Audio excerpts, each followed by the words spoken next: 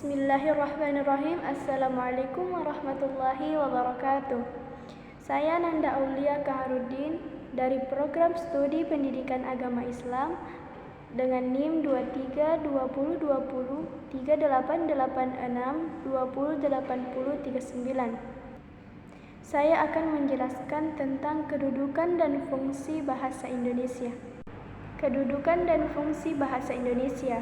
Kedudukan bahasa Indonesia sebagai bahasa nasional.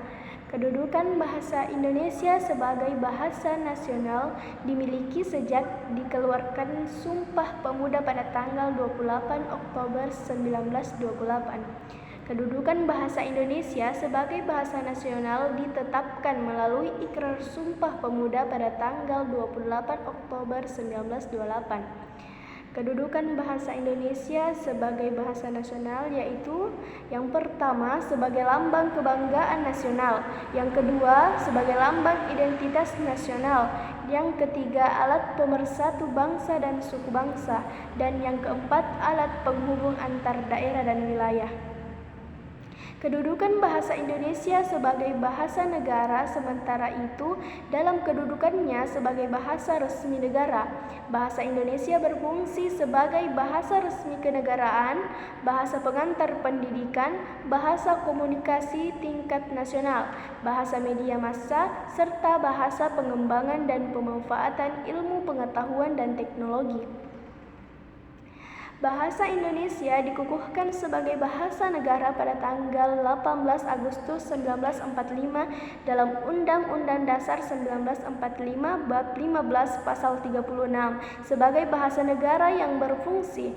Yang pertama bahasa resmi kenegaraan, yang kedua bahasa pengantar dalam dunia pendidikan, yang ketiga alat penghubung dan tingkat nasional untuk kepentingan pembangunan dan pemerintahan, yang keempat sebagai alat pengembangan kebudayaan, ilmu pengetahuan dan teknologi.